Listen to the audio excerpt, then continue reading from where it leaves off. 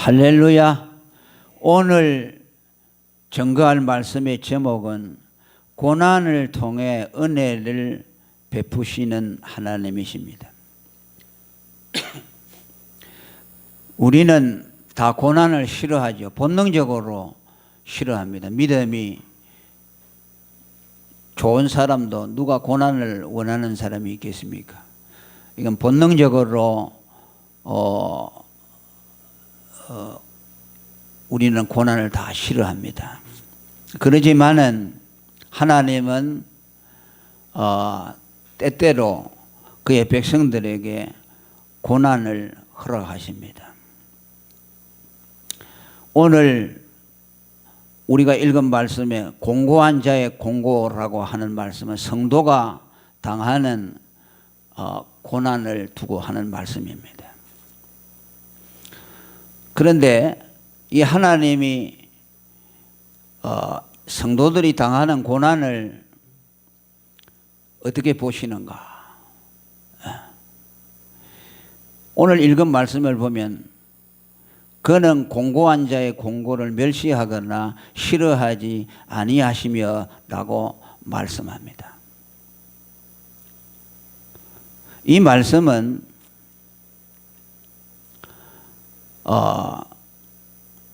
하나님이 성도가 당하는 고난에 대해서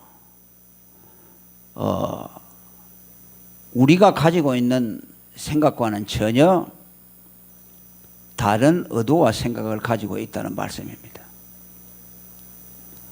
왜냐하면은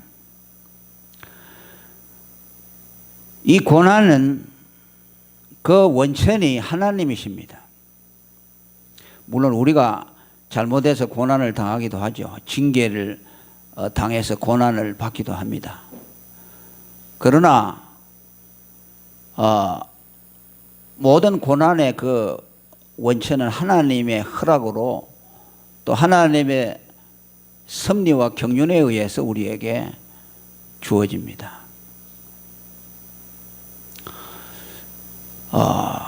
그러니까 이 세상에 우연이라는 건 없죠. 모든 것이 하나님의 주권으로 다 되어지는데 이사야 45장 7절에 보면 하나님은 빛도 짓고 어두움도 창조하며 평안도 짓고 환난도 창조한다고 말씀합니다. 그러니까 평안이 오는 것이나 환난이 오는 것이나 이게 전부 하나님으로부터 온다는 것이죠. 하나님의 어떤 의도와 목적에 의해서 우리에게 때로는 평안을 주시기도 하고 때로는 고난을 오게도 한다는 말씀입니다. 그러니까 하나님이 성도가 당하는 고난을 멸시할 수가 없죠. 왜? 하나님 당신으로부터 나왔는데 그 성도들이 당하는 고난을 멸시하겠습니까? 우리는 싫어하죠. 고난을 싫어하고 멸시하고 고난아 내 옆에 가까이 오지 말라고 우리는 생각하죠. 또 그 고난을 아주 참 정오하죠. 그러나 하나님은 그렇게 생각하지 않는다는 것이죠. 왜냐하면 그 고난과 평안이 하나님으로부터 나오기 때문에 반드시 하나님의 목적을 그것을 통해서 이룬다는 것이죠.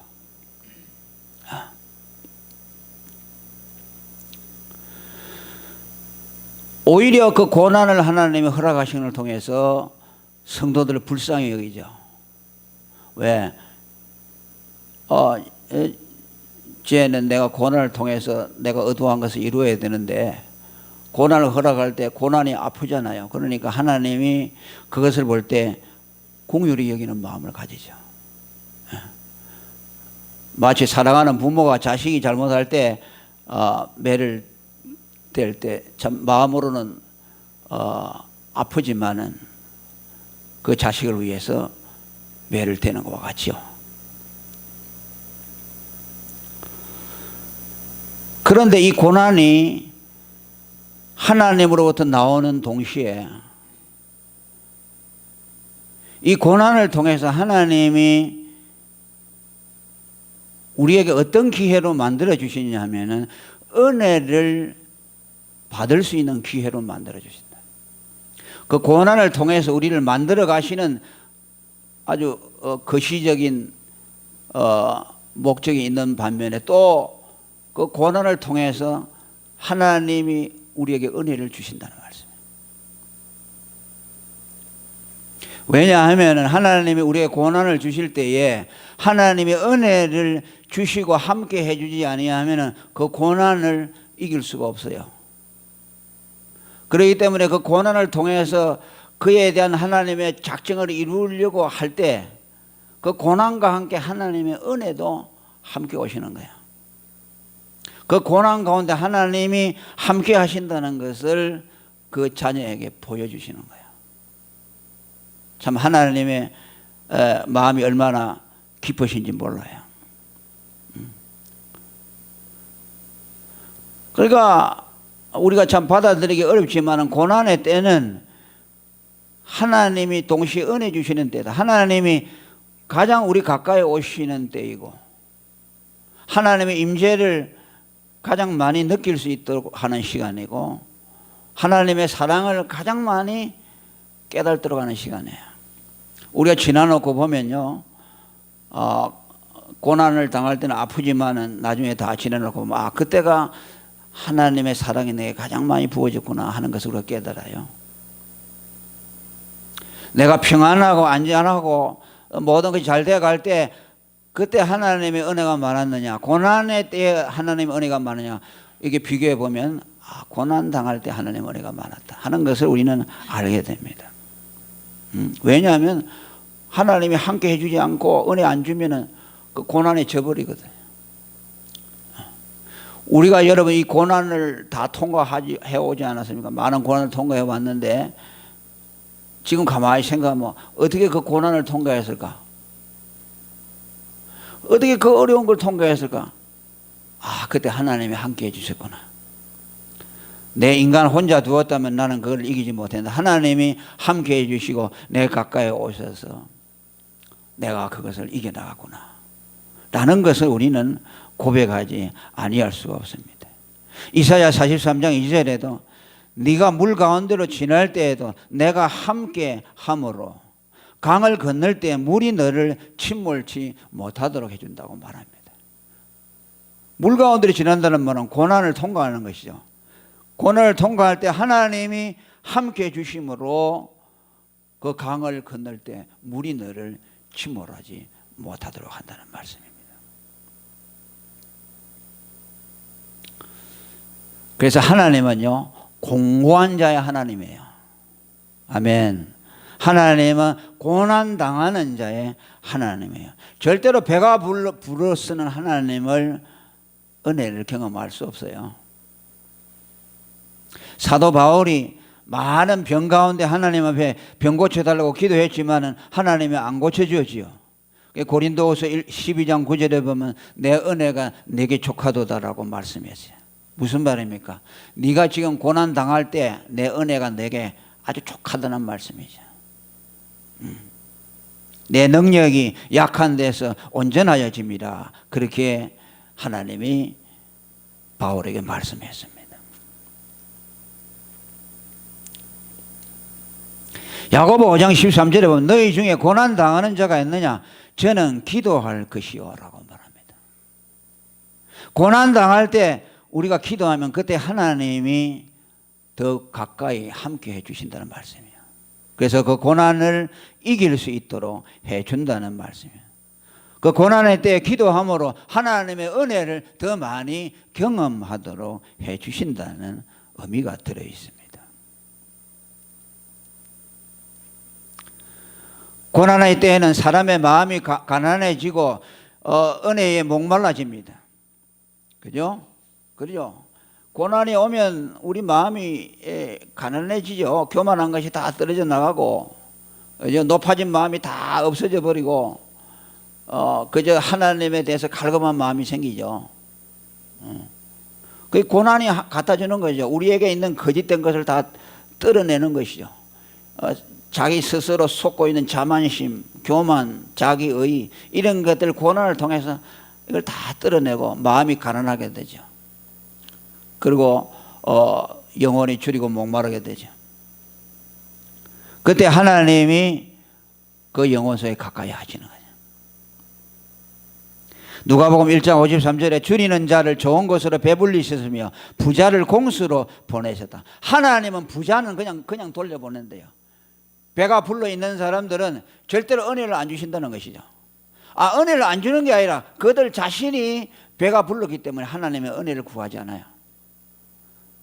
줄인 자들에게는 하나님이 좋은 것으로 배불려 주신다고 말했습니다. 이사야 57장 15절에도 내가 높고 거룩한 곳에 거하지만은 통회하고 마음이 겸손한 자와 함께 한다고 말합니다. 그래서 하나님은 가장 높은 곳에 거하는 동시에 가장 낮은 곳에 거해요. 그래서 예수님은 하나님의 아들이죠. 가장 높은 곳에 거하셨는데 마구간으로 내려가시죠. 죄인으로서, 아니 죄인보다 더 낮은 자리, 한 마리 짐승처럼 죽기 위해, 도살당하기 위한 어린 양으로 마구간에 태어났습니다. 하나님은 가장 높은 곳에 계시지만은 동시에 가장 낮은 자, 심령이 가난한 자, 그런 사람들과 함께한다.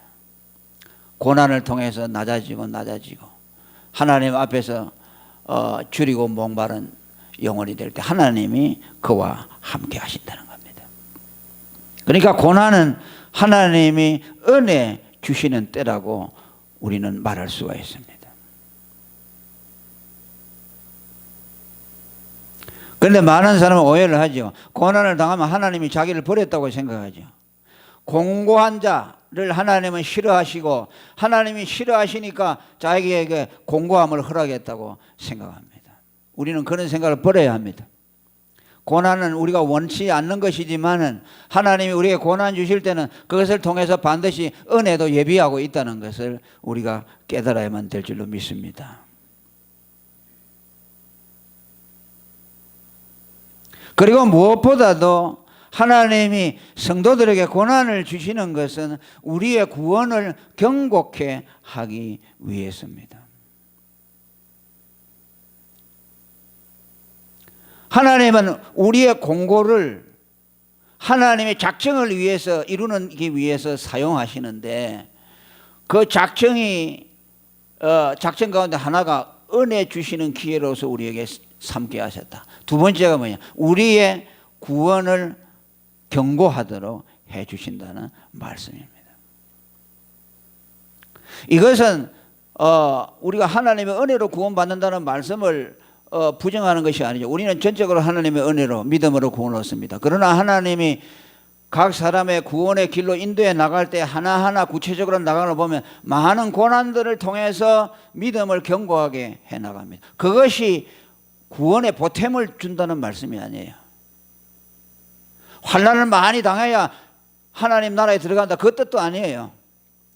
그 과정에서 하나님이 믿는 자를 구원하시는 그 과정에서 고난이라는 것을 통해서 그 구원을 이루어 나간다는 말씀이에요. 왜냐하면 고난이 없으면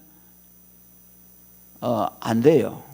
우리 믿음이라는 것이 제대로 세워질 수가 없어요. 사도행전 14장 22절에 보면 하나님의 나라에 들어가려면 많은 환난을 겪어야 한다고 말씀합니다. 환난을 통해서 뭘 깨달았습니까? 환난을 통해서 깨달은 것은 하나님의 그 은혜를 사모하고 하나님이 주시는 그 구원을 전심으로 바라는 믿음을 우리가 갖도록 만들어져요.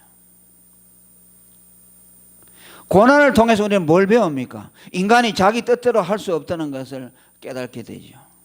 고난을 원하는 사람은 아무도 없지만 고난이 자기에게 올 때에 인간은 고난을 피할 수 없는구나. 내가 원하지 않는다고 고난이 오지 않는 것이 아니구나라는 것을 인간의 한계를 깨닫게 되죠.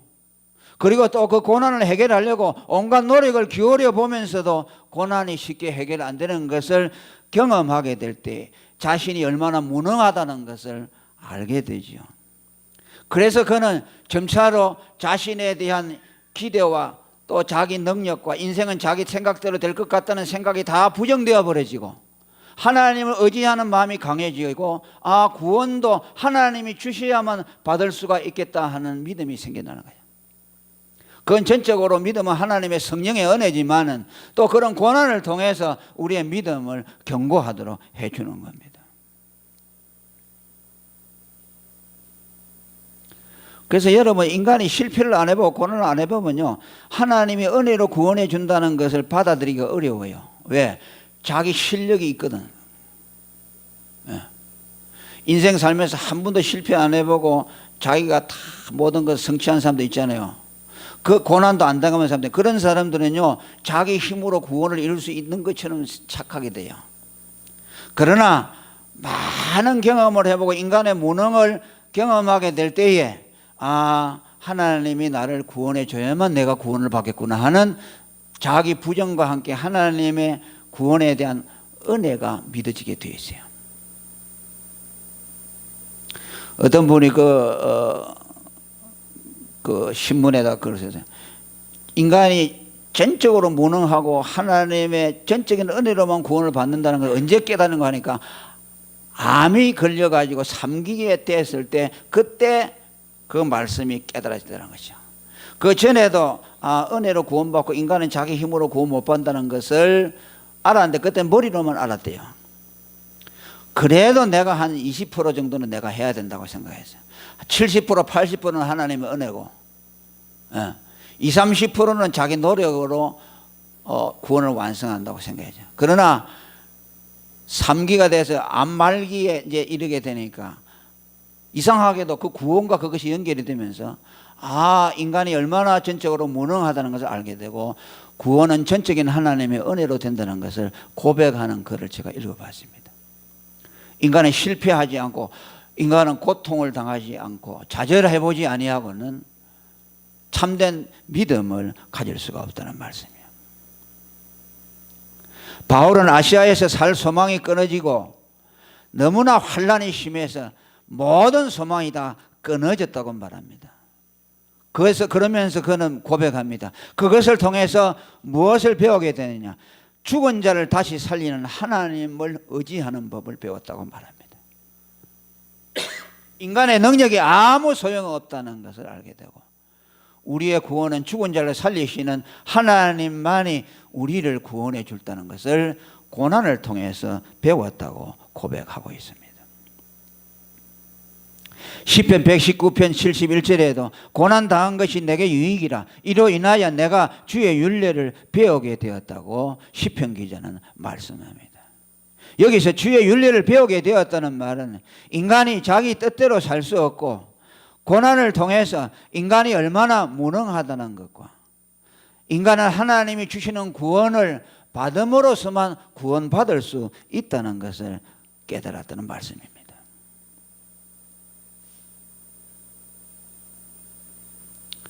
이스라엘 백성이 광야를 통과하면서 많은 고난을 경험하면서 뭐라고 고백합니까? 사람이 떡으로만 살 것이 아니요 하나님의 입으로 나오는 모든 말씀으로 산다는 것을 배웠다고 말합니다. 하나님의 입으로 나오는 모든 말씀이라는 것은 하나님의 입으로 나오는 생명의 떡 예수 그리스도를 말씀합니다. 고난을 통해서 우리를 구원하실 분은 하나님의 아들, 말씀이신 하나님 아들의 생명이라는 것을 배우게 되었다는 말씀입니다. 우리는 고난을 통해서 우리 자신의 무능과 우리 자신이 얼마나 하나님 앞에 전적으로 부패되었는 존재인가를 깨닫게 되어지고 그분이 값없이 그 아들을 통해서 주시는 구원을 받아들일 수 있도록 우리에게 은혜를 베풀어 주시는 것입니다. 그래서 고난은 우리의 구원을 위해서 하나님이 우리에게 베푸시는 경륜이라는 것을 우리는 꼭 기억하시기를 바랍니다. 여러분이 고난을 당하고 있다면 하나님이 여러분들을 사랑해서 구원을 경고케 하고 있는 과정이라는 것을 깨달으시기를 바랍니다. 절대로 고난이 없으면 참된 믿음을 가질 수가 없어요. 그래서 하나님이요 그 백성들에게 은혜를 주시려면요, 아주 그냥 박살을 내버려요.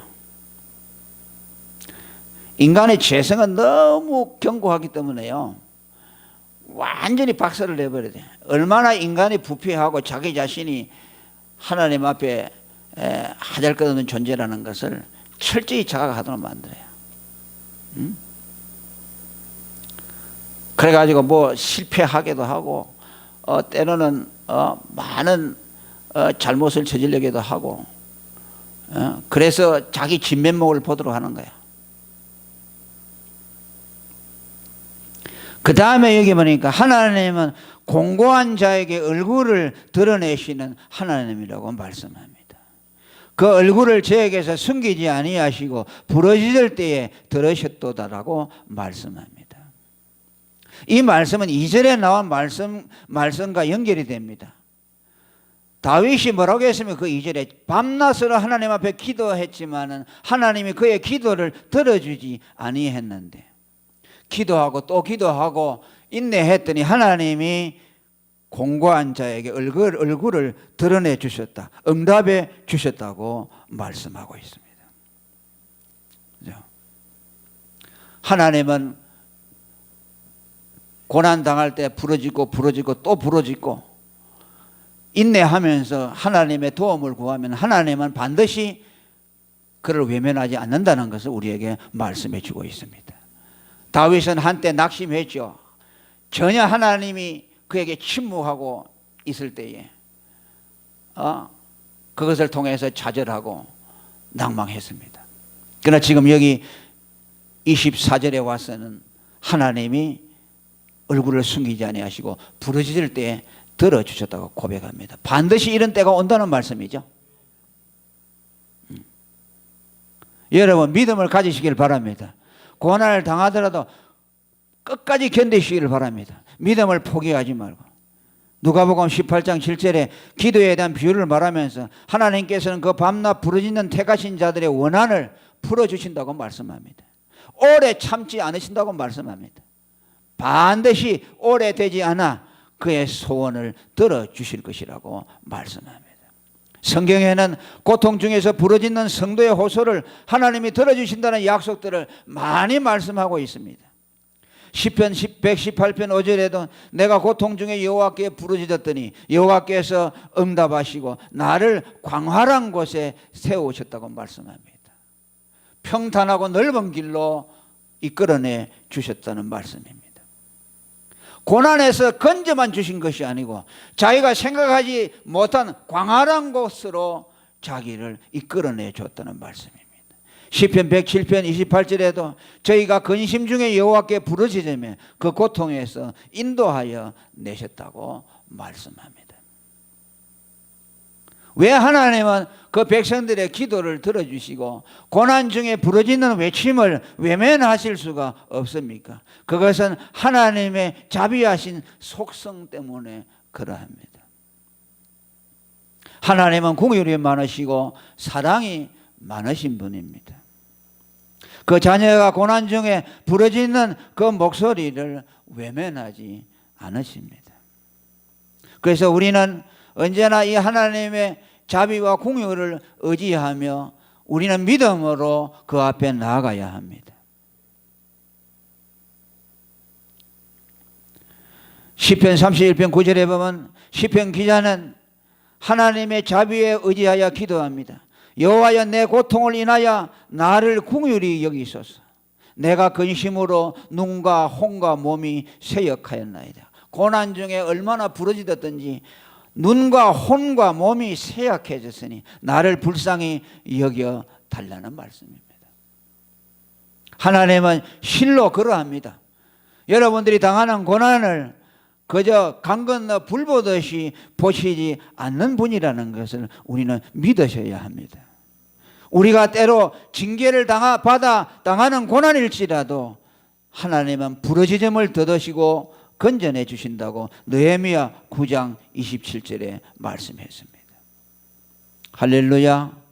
주께서 그 대적의 손에 붙이사 공고를 당하게 하심에 저희가 환난을 당하여 주께 부르짖을 때에 주께서 하늘에서 들으시고 크게 긍휼을 바라사 구원자들을 주어 대적의 손에서 구원해 주셨다고 말씀합니다. 그들이 잘못해서 하나님이 징계를 주어서 고통을 당하지만은 그때 그 자녀들이 하나님 앞에 호소할 때에 하나님께서 그들을 건져내 주신다는 말씀입니다. 우리가 하나님 앞에 때로는 징계를 받아 고난 당할 때도 아이고 징계하시니까 그냥 이건 내가 어쩔 수 없이 받아야 되겠구나 그렇게 하지 마시고 징계 중에라도 하나님의 공의를 구하시기를 바랍니다.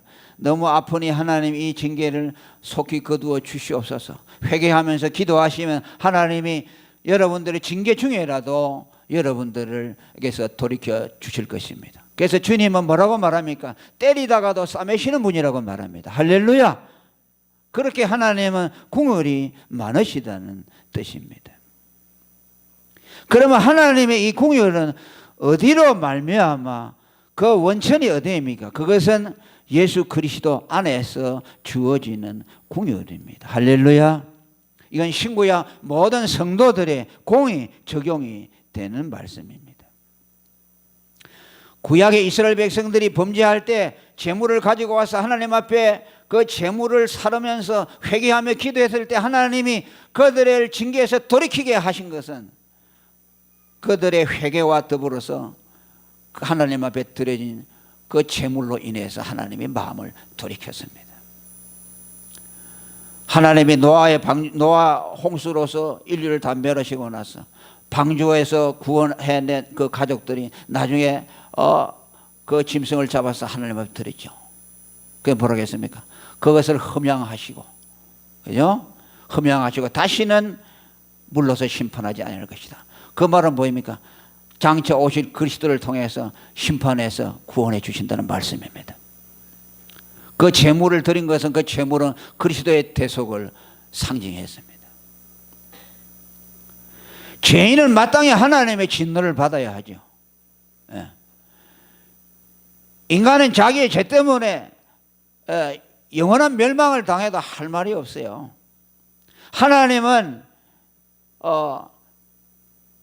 죄인들에 대해서 진노하는 것이 마땅한 것입니다. 그러나 하나님이 긍휼의 길을 한쪽에 열어놨어요.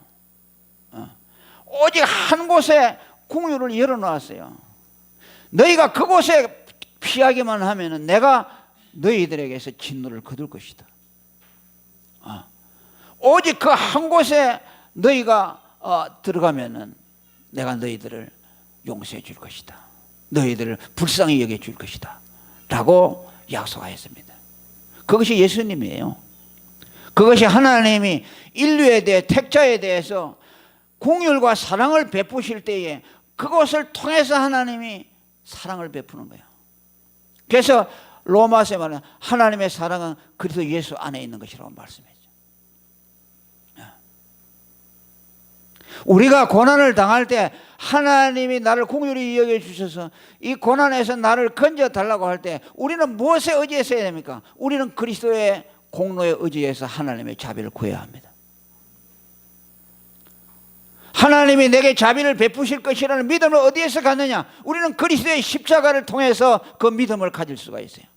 하나님, 나는 주님 앞에 천번만번 죽음 마땅하지만 내가 그리스도의 십자가를 붙드오니 하나님 나를 건져내 주시옵소서. 십자가를 믿는 믿음을 보시고 나를 이 환난과 고난에서 건져내 주시옵소서. 우리는 주님의 자비에 호소하는 겁니다. 에베소 2장 7절에 분명히 말씀합니다. 그리스도 예수 안에서 우리에게 자비하심으로써 은혜의 지극히 풍성함을 우리에게 나타냈다고 말씀합니다. 자, 한번 따라합니다. 그리스도 예수 안에서 우리에게 자비하심으로써 그 은혜의 지극히 풍성함을 나타내셨습니다. 우리가 예수님에게 피하면요, 하나님은 우리를 어떻게 할 수 없어요. 하나님의 약속이에요. 그 노아 홍수 때 여러분 방주를 예비한 것은 뭐냐면 하나님의 긍휼이에요. 그때 사람의 하나님의 아들들이 사람의 딸들의 아름다움을 보고 결혼하고 시집가고 장가하고 먹고 마시고 육체주의로 흘렀잖아요. 그래서 하나님이 노아에게 홍수 심판을 예견하시고 방주를 예비하도록 했죠. 그게 뭐입니까? 그 방주 안에 들어오기만 하면은 산다는 것이죠. 하나님이 그들에게 궁유를 베풀기 위해서 방주를 예배했습니다. 그게 누구도 들어올 수 있죠. 짐승들도 갖다 넣지 않았어요. 거기 들어오기만 하면 사는 거예요. 그런데 뭐래서 한 사람도 안 들어왔죠. 성경이 그렇게 말하지 않습니까? 노아의 8 식구 외에는 구원받은 자가 없다고 말씀했어요. 그러니까 그 시대 사람들이 얼마나 완악한 자들인가를 우리에게 보여주는 거예요. 우리가 죄인이고 부족하고 허물이 많지만은 우리가 죄 때문에 우리가 하나님의 심판을 받는 것이 아니라 하나님이 그 아들을 통해서 우리를 살리기 위해서 베풀으신 그 공유를 거부하기 때문에 심판을 받는 거예요.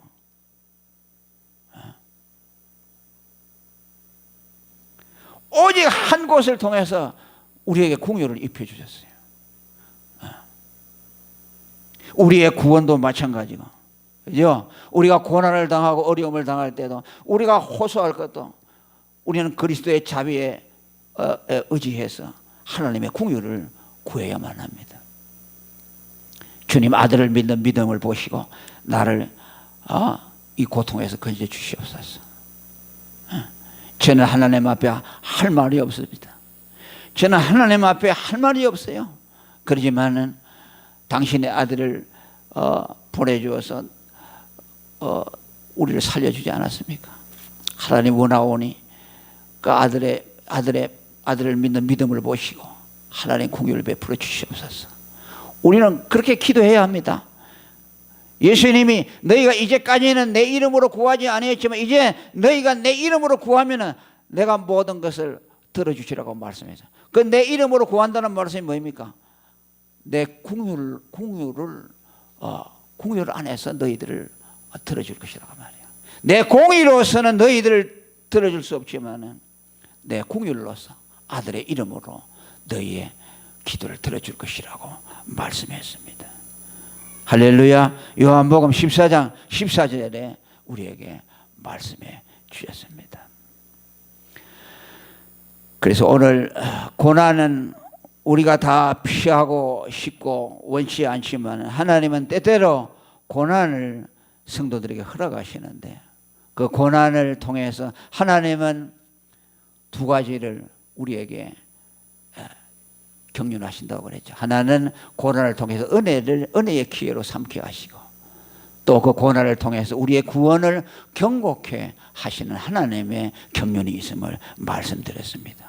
그리고 우리가 고난 가운데 하나님 앞에 부러질 수 있는 근거는 뭐냐? 그 아들 안에서 우리를 긍휼히 여겨주시는 그 하나님의 사랑을 의지함으로써 우리는 하나님 앞에 변함없는 믿음을 드릴 수 있기를 축원합니다. 통성으로 기도하겠습니다.